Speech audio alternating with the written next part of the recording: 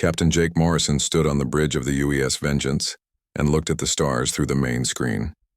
The ship floated in the dark space of the Kepler Nebula, where no one would find them. 300 years had passed since the aliens, called the Zephyrians, had tried to kill every human in the galaxy. They thought they had won. They thought humanity was gone forever. They were wrong. Jake was tall with gray hair and deep scars on his face from the old wars. His grandfather had been there when the Zephyrians first came. His father had hidden in the caves when the aliens burned Earth. Now Jake commanded the last human warship that the aliens knew nothing about. The Vengeance was built in secret using stolen alien technology and human anger. Lieutenant Amy Carter sat at her station watching the communication screens. Her fingers moved fast across the buttons as she listened to alien radio signals from across the galaxy. Amy was young with short brown hair and bright blue eyes that never missed anything important. She had been born on a hidden human colony that the aliens never found, Captain, Amy said without turning around. The Zephyrian fleets are moving toward the Andromeda sector. They are having some kind of big celebration. The computers say it is about the day they think they killed all humans 300 years ago. Jake felt his hands form fists. The aliens were having a party to celebrate human death. They would learn soon that humans were still alive. They would learn that humans remembered everything the aliens had done to them. Dr. Nathan Brooks walked up to Jake carrying a small computer tablet. Nathan was the smartest human left alive, and the one who had figured out how to talk to all the hidden human colonies without the aliens knowing. He was thin with thick glasses and always looked tired from working too much. Captain, Nathan said, quietly, the quantum network is ready. All 73 hidden colonies are waiting for your order. We have counted over 2 million human survivors ready to fight. The weapon factories are full, the ships are fueled. Everyone is angry and ready for war. Jake nodded and looked around the bridge. Every person here had lost family to the Zephyrians. Some had lost everything except their lives and their hate. The aliens had been very thorough when they attacked humanity. They had burned every human world they could find. They had destroyed every human ship they could catch. They had killed every human they could reach. But they had not found everyone. Some humans had been far away when the attacks began. Some had hidden in places the aliens did not think to look. Some had run to dead worlds where nothing lived and the aliens never bothered to check. These humans had spent 300 years growing stronger and angrier. They had built new ships and new weapons. They had trained their children to fight. They had waited for the right moment to strike back. The right moment was now. Jake walked to the center of the bridge and pressed a button that would send his voice to every human colony in the galaxy. His words would travel through secret quantum channels that the aliens could not detect or stop. Every human alive would hear what he was about to say. My fellow humans, Jake said in a strong voice. Today we begin Operation Lazarus. Today the dead rise again. For 300 years the aliens have celebrated our extinction. They have built their empire on our bones. They have forgotten that humans do not die easy. They have forgotten that humans do not forget. They have made the biggest mistake any species can make. They left some of us alive. Amy watched her screens as colonies across the galaxy began to respond. Lights turned on in places that had been dark for centuries. Ships that looked like space junk began to move and show their real power. Weapons that had been hidden in asteroids, and dead planets started to warm up. The galaxy was about to learn that humanity had been sleeping, not dying. The Zephyrians think they are the strongest species in the galaxy, Jake continued. They think they are safe in their big ships and their mighty empire. They are about to learn what happens when you try to kill humans and fail. They are about to learn that we spent 300 years getting ready for this day. They are about to learn that some things are worth waiting for. Nathan checked his tablet and nodded to Jake. Every human colony was online and ready.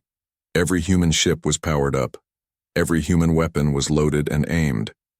2 million humans who had spent their whole lives preparing for revenge were waiting for the word to begin. We will not show them mercy, Jake said. They showed us none when they burned our children. They showed us none when they destroyed our worlds. They showed us none when they tried to erase us from history. Today we teach them that extinction works both ways. Today we show them that humans are still here. Today we remind the galaxy that humanity never gives up and never forgets. Jake looked at Amy, who was ready to send the signal that would begin the war. Every human in the galaxy would receive the same message at the same moment. 300 years of planning and preparation would begin with 4 simple words. "Send the ghost signal," Jake ordered. Amy pressed the button, and the message went out instantly to every hidden human base. The 4 words appeared on screens across the galaxy in places the aliens never suspected existed. The 4 words that would change everything. The 4 words that would begin the end of the Zephyrian Empire. The dead are rising. On 73 hidden worlds, in secret bases built inside asteroids, on ships disguised as space debris, humans read the message and began to move. The largest coordinated attack in galactic history was about to begin. The aliens had declared humanity extinct. Now humanity would return the favor. The ghost signal spread through quantum space faster than light itself. In minutes, every human survivor in the galaxy knew that the waiting was over. Jake Morrison smiled for the first time in years as he watched his screens light up with confirmation signals from across the galaxy. Humanity was about to remind the HFY Universe why some species should never be written off as extinct. Commander Lisa Rodriguez crawled through the dark maintenance tunnels under Zephyrian Station Omega-7. The metal was cold against her hands and knees as she moved quietly toward the reactor room. Behind her, 11 other humans moved just as quietly. They had spent 6 months getting ready for this moment. 6 months of pretending to be simple workers while they learned every secret of the alien station. Lisa was small and quick with black hair tied back tight. Her dark eyes had seen too much death when she was young. The Zephyrians had killed her parents when she was only 8 years old. She had spent the rest of her life learning how to kill them back. Today she would finally get her chance. The tunnel was barely big enough for humans to crawl through. The aliens who built this station were much bigger than humans and never thought anyone would use these small spaces. That was their first mistake. Their second mistake was thinking all humans were dead. Their third mistake was about to get them killed. Lisa stopped at a junction in the tunnel and checked her watch. In exactly 17 minutes, human teams would attack Zephyrian targets across 12 different star systems. The aliens would have no time to warn each other, no time to call for help, no time to understand what was happening to them. "Remember what they did to us," Lisa whispered into her communicator. "Remember our families. Remember our worlds. Remember that they wanted us all dead. Show them the same mercy they showed our children." Behind her, Sergeant Tony Adams carried a bag full of explosives that would turn the station's main reactor into a bomb, big enough to destroy everything for 100 miles in every direction. Tony was big and strong with hands that shook when he thought too much about his dead wife and children. The aliens had killed them while Tony was away on a supply run. He had come home to find nothing but burned bones and melted metal. The humans had spent 300 years learning everything about Zephyrian technology. They knew how their ships worked. They knew how their weapons worked. They knew how their cities worked. Most important, they knew how to break all of it. The aliens had been so sure they had won that they never bothered to change their security codes or improve their defenses. Lisa reached the reactor room access panel and used tools stolen from the aliens to open it. The room beyond was huge and filled with the glowing blue light of the fusion reactor that powered the whole station. 2 Zephyrian guards stood near the main controls. They were 8 feet tall with gray skin and 4 arms each. They carried energy weapons that could burn through steel. They never saw the humans coming. Tony and 2 other humans dropped from the ceiling onto the guards. The aliens died without making a sound. Their weapons were taken and their bodies were hidden behind the reactor controls. Lisa smiled as she saw how easy it had been. The mighty Zephyrian Empire was about to learn that they were not as strong as they thought. While Tony placed his explosives on the reactor core, Lisa used her communicator to check on the other human teams around the galaxy. The messages she received made her smile grow wider. Captain Helen Parker had just captured a Zephyrian supply convoy in the Ross system. Engineer Rick Collins had destroyed 3 hyperspace navigation beacons in the Centauri sector. Pilot Maria Santos had crashed her fighter into an orbital defense platform above the alien world of Kepler Prime. Every attack was working perfectly. The aliens were starting to receive distress calls from across their empire, but they could not understand what was happening. Their computers said that humans were extinct. Their records said that humanity had been completely destroyed 300 years ago. But the evidence was right there on their communication screens. Admiral Zekthar was the commander of the Zephyrian Third Fleet, and he was having the worst day of his long life. His flagship was receiving emergency signals from 17 different star systems. Ships were disappearing. Stations were exploding. Navigation beacons were going offline. All the attacks seemed to be coordinated, but that was impossible. The only species smart enough and angry enough to do something like this was humanity, and humanity was dead. "This cannot be happening," Admiral Zekthar said to his bridge crew. The alien was massive even by Zephyrian standards, with scars from many battles and cybernetic implants that made him stronger and faster. "Humans are extinct. We made sure of it. We checked every world. We destroyed every ship. We killed every one of them." His intelligence officer was a smaller Zephyrian with computer implants in his head that connected him directly to the Empire's information networks. "Admiral, the attack patterns are too sophisticated for pirates or rebels. The weapons being used are modified versions of our own technology.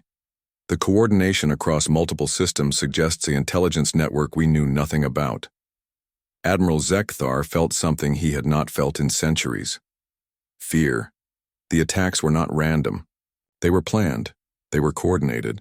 They were being carried out by someone who knew exactly how Zephyrian technology worked and exactly where to hit to cause the most damage. Back on Station Omega-7, Lisa checked her watch again. 3 minutes until the reactor exploded. More than enough time to get her team to the escape pods they had hidden in an abandoned storage bay. As they crawled back through the maintenance tunnels, Lisa could hear the alien crew starting to notice that something was wrong. Alarms were beginning to sound. Emergency lights were flashing. Too late. Much too late. Lisa and her team reached their escape pod just as the station's reactor went critical. The explosion was visible from 3 star systems away. A bright white light that lasted for almost a minute before fading to nothing. Station Omega-7 and everyone on it was gone. The Zephyrian Empire was now 1 station smaller, and several thousand aliens deader.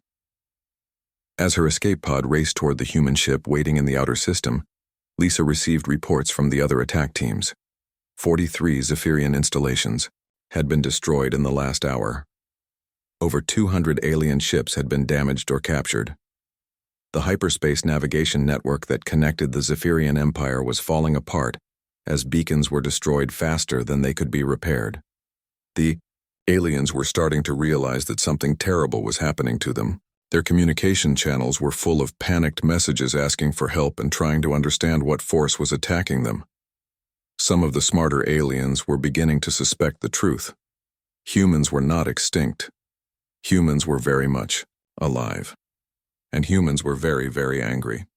Lisa smiled as she thought about Admiral Zekthar trying to explain to his superiors that the species they had declared extinct was currently destroying their empire.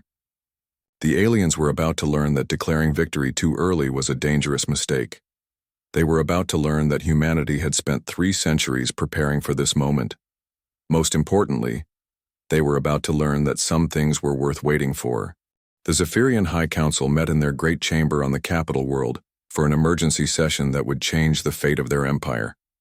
Supreme Chancellor Morgeth stood 12 feet tall, with golden cybernetic implants that marked his high rank. His 4 eyes glowed red with anger as he looked at the holographic displays showing the destruction across Zephyrian space. "How many ships have we lost?" Morgeth demanded.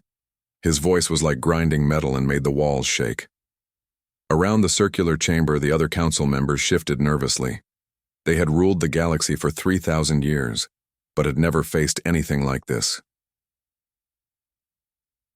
Intelligence. Director Vexara was smaller than the Chancellor, but her mind was connected to every spy network and information system in the Empire. Data flowed through her cybernetic brain faster than any computer. 300 ships destroyed or missing. 47 stations obliterated. The hyperspace navigation network is down in 12 sectors. Our supply lines are breaking apart.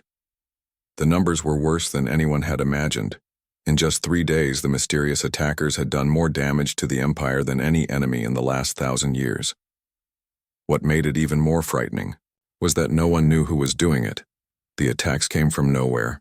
Ships appeared from empty space, struck their targets, and vanished before anyone could fight back.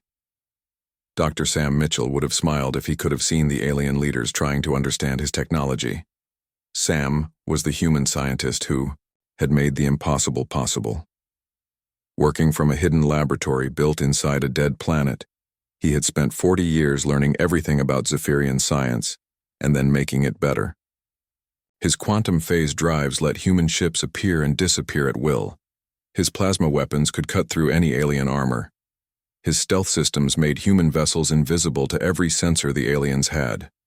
Sam was old now, with white hair and hands that shook from too many years working with dangerous radiation. But his mind was still sharp and his hatred of the aliens burned as hot as ever.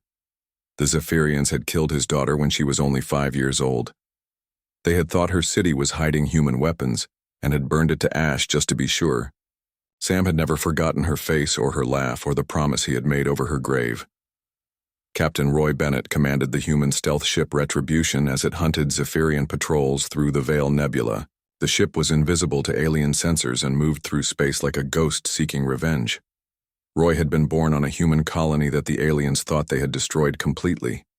His parents had hidden him in a supply bunker before the orbital bombardment began.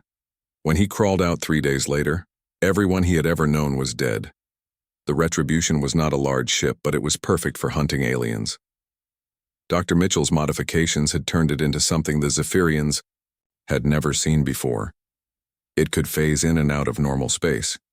It could appear next to an enemy ship and be gone before they could react. It carried weapons that the aliens thought were impossible to build.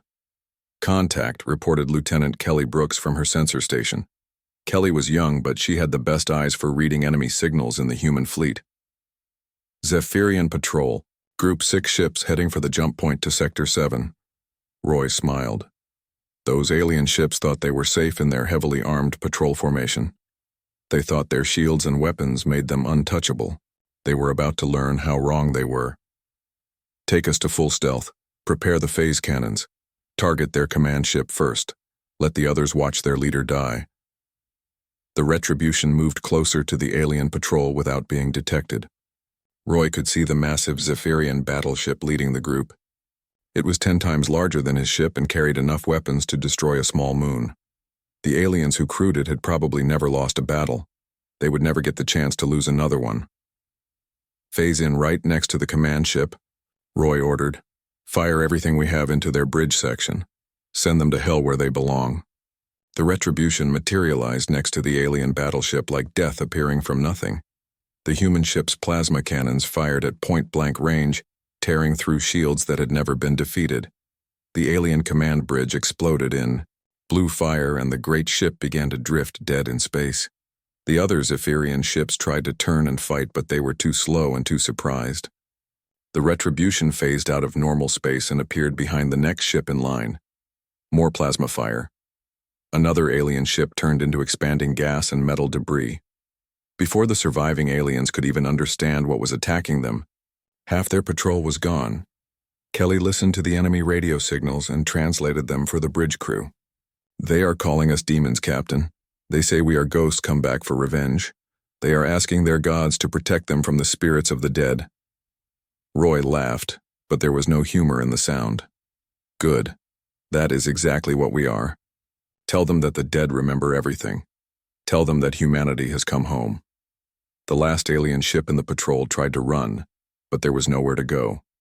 The Retribution phased in directly in front of it and fired a full spread of quantum torpedoes. The Zephyrian ship disappeared in a flash of white light that could be seen from the next star system.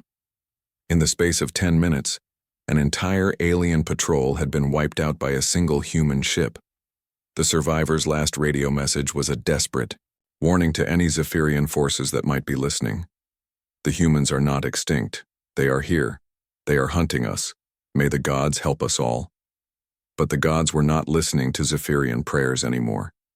If they had been, they might have warned the aliens that humanity had spent 300 years preparing for this war. They might have mentioned that human scientists like Dr. Mitchell had turned alien technology into something far more deadly than its creators had ever imagined. They might have explained that beings driven by centuries of grief and rage make very dangerous enemies. Supreme Chancellor Morgeth received the patrol's final transmission in his council chamber and felt something that no Zephyrian leader had experienced in 3 millennia: the fear of defeat. The aliens who had conquered the galaxy were suddenly the ones being hunted. The predators had become the prey. "This is impossible," Morgeth said to his council. "Humans do not have this technology. Humans do not have these ships. Humans are primitive creatures who barely learned to leave their world before we destroyed them." Intelligence Director Vexara's cybernetic implants glowed as she processed incoming data from across the Empire. "Chancellor, the attacks are increasing. Our fleets are reporting contact with ships that should not exist. The humans appear to have developed technologies that surpass our own. They are using our own weapons against us, but made more powerful than we thought possible." The great Zephyrian Empire that had ruled the galaxy for 3,000 years was discovering that some enemies do not stay dead when you kill them. Some species learn from their defeats and come back stronger. Some wars are not over just because you think you won them. Humanity was teaching the aliens a lesson that would cost them everything they had built. The lesson was simple: never leave survivors if you want your victory to last forever. Admiral Grace Clark stood on the bridge of the human battleship New Earth and watched 300 human warships take formation around her flagship. The Ghost Fleet had finally come out of hiding to face the Zephyrian Empire in open battle. These were not the primitive human vessels the aliens remembered from 3 centuries ago. These were ships built with stolen alien technology and improved by human genius and human fury. Grace was 50 years old with steel-gray hair and scars on her hands from building ships in the hidden shipyards. Her grandmother had been killed in the first Zephyrian attack on Earth. Her mother had died fighting the aliens in the asteroid belt. Grace herself had spent her entire life preparing for this moment, when humanity would stand face to face with their destroyers and demand payment. For 300 years of grief, the human fleet had appeared at the edge of the Rigel system, where the Zephyrian Second Armada was stationed. 500 alien warships waited in perfect formation around their massive command station. They had been expecting to fight rebels, or pirates. They had not been expecting to face the return of a species they thought was extinct. "All ships, this is Admiral Clark." Grace spoke into the communication system that connected her to every human vessel in the fleet. "For 300 years, they believed us dead. For 300 years, they celebrated the murder of our families. Today we show them that humanity does not die easy. Today we show them the price of trying to wipe us out. No mercy for those who showed us none. No peace until every alien who killed our people is dead." Captain Danny Martinez flew his fighter squadron toward the alien fleet like arrows shot from an ancient bow. Danny's small ships moved faster than anything the Zephyrians had ever seen. They could phase in and out of normal space. They could appear inside enemy formations and disappear before the aliens could target them. Danny himself had been born on a space station that the aliens had destroyed when he was 12 years old. He had floated in space for 6 hours before a human rescue ship found him. The fighter attack began the Battle of the Binary Stars. Danny's pilots struck the alien fleet from every direction at once. Their quantum phase drives let them appear anywhere they wanted. Their plasma cannons could burn through the heaviest armor. Their pilots had trained their entire lives for this moment and fought with the fury of the bereaved. Commander Beth Taylor led the boarding parties that captured alien ships from the inside. Beth was small and fast with cybernetic implants that made her stronger and quicker than any normal human. She had grown up in the hidden human colonies where every child learned to fight before they learned to read. The aliens had taught humanity that the universe was a dangerous place where only the strong survived. Humanity had learned that lesson very well. Beth's teams used teleporter technology stolen from the aliens and improved by human engineers. They could appear anywhere on an enemy ship without warning. They knew exactly where to strike to disable alien vessels without destroying them. The humans wanted those ships intact so they could use them against their former owners. On the bridge of the Zephyrian command station, Admiral Krendar watched his mighty fleet being torn apart by ships that should not exist. Krendar was an ancient alien who had fought in dozens of wars and never lost a battle. He had personally commanded the fleet that destroyed the last human colonies 300 years ago. He thought that chapter of galactic history was finished forever. How? Are they doing this? Krendar demanded as another alien battleship exploded on his main screen. Our sensors cannot track their movements. Our weapons cannot lock onto their ships. They appear from nowhere and vanish before we can react. His tactical officer was a young Zephyrian with direct neural connections to the fleet's combat computers. Admiral, they are using some kind of quantum phase technology. Our ships are designed to fight enemies that follow the normal laws of physics. These humans seem to exist in multiple dimensions at once. Dr. Carl Johnson would have been pleased to hear the aliens' confusion. Carl was the human scientist who had developed the bioweapons now spreading through the Zephyrian fleet. His virus was designed specifically to attack the cybernetic implants that most aliens use to enhance their bodies. The same technology that made the Zephyrians stronger and smarter was now killing them from the inside. Carl had lost his son to a Zephyrian biological weapon that turned human DNA into acid. The boy had died screaming as his own body dissolved around him. Carl had spent 50 years developing a revenge that would make the aliens suffer the same way. His virus turned their cybernetic implants into torture devices that caused unending pain before finally bringing death. General Alex Stone commanded the human ground forces that were landing on Zephyrian worlds across the galaxy. Alex's soldiers moved with mechanical precision and fought with the fury of ghosts seeking vengeance.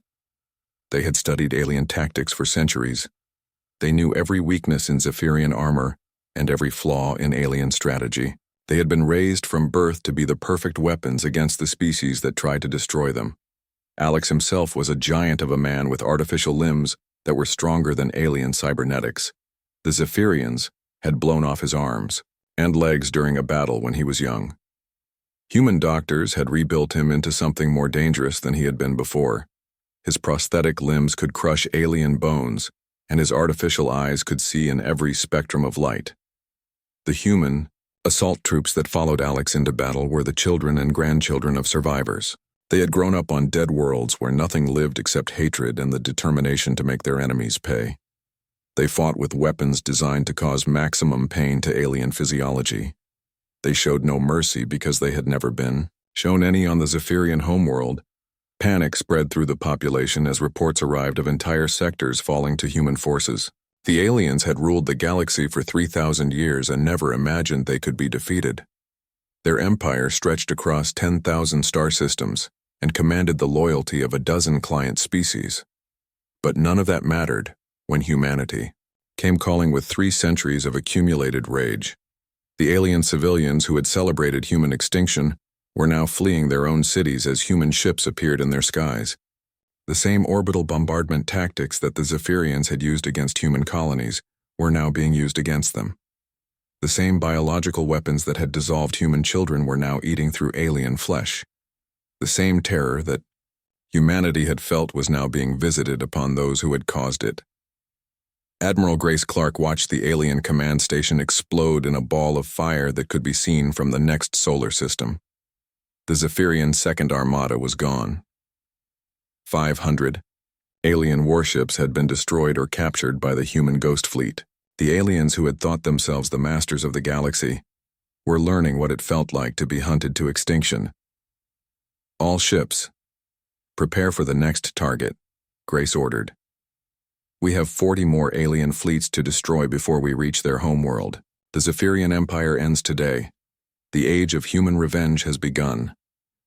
The battle of the binary stars was over, but the war was far from finished. Humanity had revealed the true scope of their survival and the depth of their preparation. The galaxy would never underestimate Earth's children again. The Zephyrians had created their own destruction the day they decided to make humanity extinct. Now they would learn that some species refuse to die quietly, and some wounds never heal. The empire that had lasted 3,000 years was burning, and humanity held the torch that would reduce it all to ashes.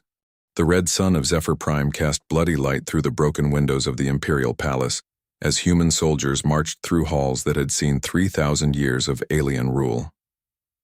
Fleet Admiral Jake Morrison walked slowly up the marble, steps toward the throne room where the last leader of the Zephyrian Empire waited for judgment.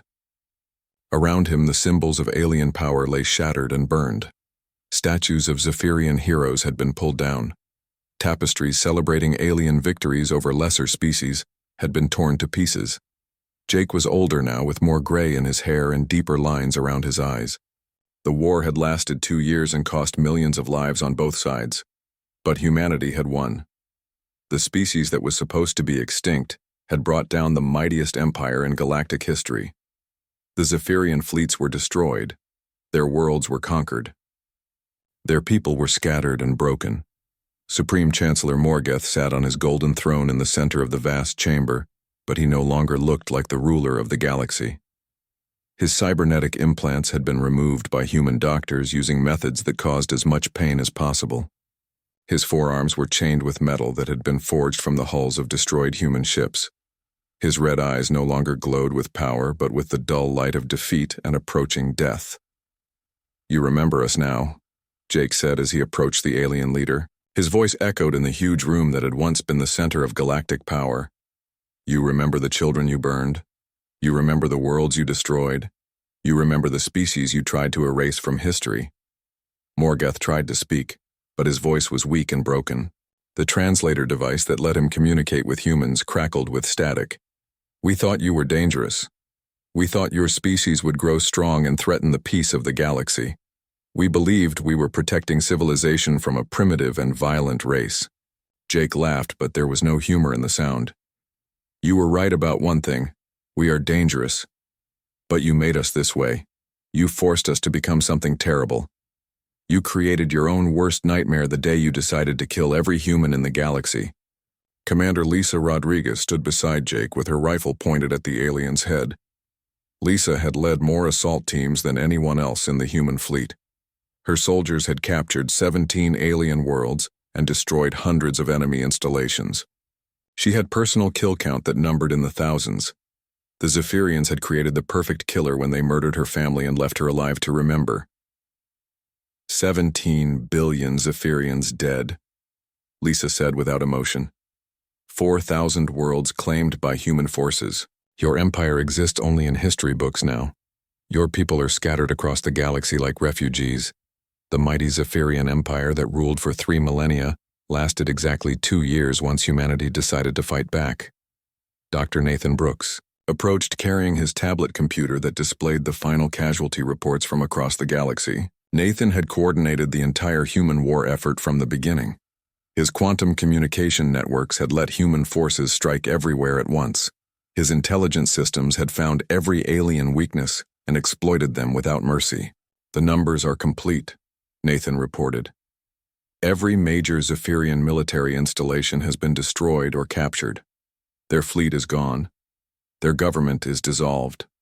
The client species that served them have declared independence and are hunting down the surviving aliens. The Zephyrian Empire is extinct." The irony was not lost on any of the humans in the throne room. The aliens had declared humanity extinct and tried to make it true. Now humanity had returned the favor with interest.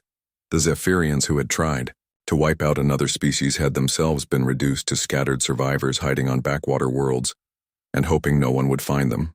Jake looked around the throne room that had been the center of alien power for so long. The walls were covered with paintings, showing Zephyrian victories over dozens of other species. The aliens had conquered races that were older and wiser than humanity. They had destroyed civilizations that had existed for millions of years. They had thought themselves the ultimate predators in a galaxy full of prey. They had been wrong about everything.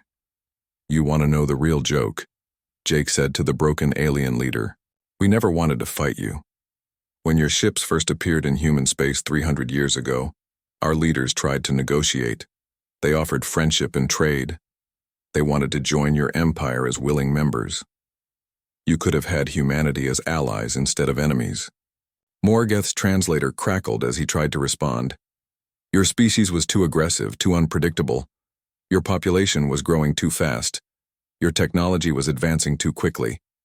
You would have become a threat to galactic stability within a few centuries. Jake nodded. You were probably right. Humans are aggressive, we are unpredictable. We do multiply fast and learn quickly. But we also remember kindness and repay loyalty. If you had welcomed us into the galaxy instead of trying to destroy us, we would have been your greatest supporters. Instead, you made us into your worst nightmare. Admiral Grace Clark entered the throne room followed by a squad of human marines. Grace had commanded the final assault on the Zephyrian homeworld. Her fleet had burned through the planet's defenses like they were made of paper. The alien capital that had never been conquered in 3,000 years had fallen to humanity in less than 6 hours. The planet is secure, Grace reported. The last Zephyrian military units have surrendered. The civilian population is being relocated to the refugee camps as ordered. The orbital installations have been captured intact. Zephyr Prime is now under human control. Jake turned away from the alien leader and walked to the great windows that looked out over the conquered city. Human ships filled the sky where alien vessels had once patrolled. Human soldiers marched through streets where no non-Zephyrian had ever walked before. The capital of the galaxy's greatest empire was now just another human conquest. What happens now? Morgoth asked through his failing translator. Will you rule the galaxy as we did? Will you become the new empire that crushes all opposition? Jake considered the question carefully. Humanity had the power to replace the Zephyrian Empire with one of their own. They had the ships and weapons to conquer any species that opposed them. They had proven that they were the most dangerous race in the galaxy when they chose to be. But that was not what they wanted. No, Jake said finally. We will not become you. We fought this war to end empires, not to start a new one. The galaxy will govern itself now. Each species will be free to choose its own path. Humanity will watch and protect, but we will not rule. We learned what happens when one race tries to control all the others. Commander Lisa Rodriguez lowered her weapon. The war was over. The aliens who had tried to destroy humanity were defeated. The children who had died in the first attacks 300 years ago were finally avenged. Justice had been served with interest and penalties that would be remembered for the rest of galactic history. The dead can rest now, Lisa said quietly.